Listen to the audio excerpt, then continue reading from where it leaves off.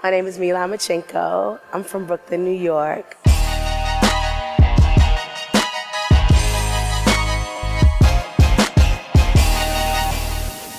My big brother was a rapper when I was 7 and he was 9.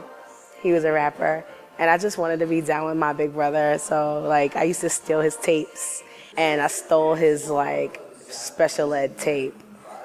And I got in so much trouble because I stole his like KMD, like Peach Fuzz single, and I stole his, like, just used to steal his shit all the time. He used to beat me up. And so that's how I got into rap, just basically aping my brother. Like my brother had like a rap name, and so I got myself like a little rap name. I remember being like in like 6th grade and like calling myself like Lady Slaughter or whatever, because my brother like had like a cool name or whatever. It had nothing to do with anything. I was just trying to be like my brother. So that's how I started liking rap. I grew up in Brooklyn, in Fort Greene projects, and I remember Big Daddy Kane used to be like in my projects, like a lot. Like I had a friend of my mom's who had a huge crush on Big Daddy Kane, and he would be around, and she would be like freaking out, going crazy, like, oh, it's good. Also, Paula Perry, who used to hang out with Master Ace, used to do my hair. She used to braid my hair. I went to school with Sylvia Rone's daughter, and she used to give us music, you know, and stuff. And that's how I owned my first De La Soul album because she gave it to me. And then I had to go backwards because it was like stakes is high, it was late. And then I went back and I was like, oh my God, like what the hell? Like I was in a duo. And we were sort of, you know, on the local scene doing shows and, you know, getting out there. And then I did the audition for Pharoahe, and I got that gig, and that was pretty much my intro into everything. Like it was my just foot in the door in terms of performing on a serious level and in front of real crowds and getting my, you know, my feet in and, you know, really doing it. They've been waiting. Everyone's been waiting. Like, Mela, what are you doing?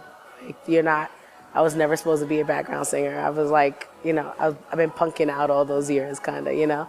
There came a point where it was like, what happened with your, you know, with your albums? So my family's like, good job, 2013, you know. My mom was a rock star. My mom was like, she'll tell anybody, like, my daughter's been around the world. Like, she'll bust my passport out at the, you know, family gatherings. Like, my mom is, like, my hero. The biggest challenge is me. The biggest challenge is, like, clearing out the noise. There's so much noise. There's so much, you know, everybody has a fucking opinion, you know? And you gotta stay focused. You gotta keep your eye on your, you know, the reason why you're there, and do that, you know? As long as you're there doing that, remember why you're there, why you wanted to be in the room in the first place, and why you are there right now, why you feel like you should continue to be there, and just, you know, stay focused on that. That's been a challenge, you know, and I'm getting that back now. I've worked with a lot of artists that I really respect, you know.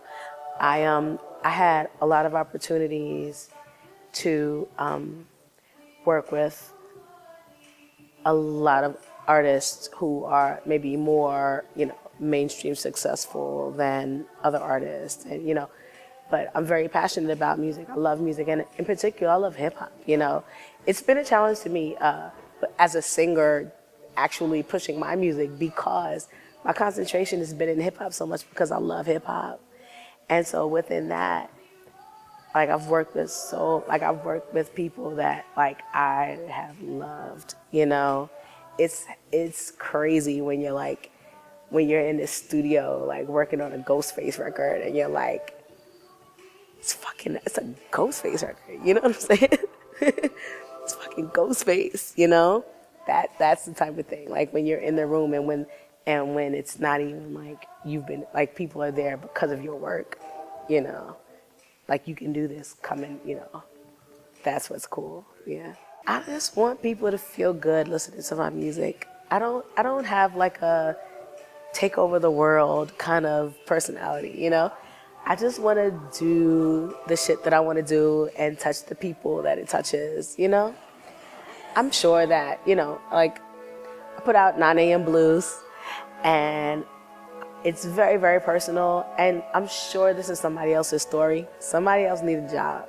Somebody else has been, you know, playing the son role and is ready to step out behind, you know, from behind the, you know, the stage. And I just want to touch the people that I'm supposed to touch.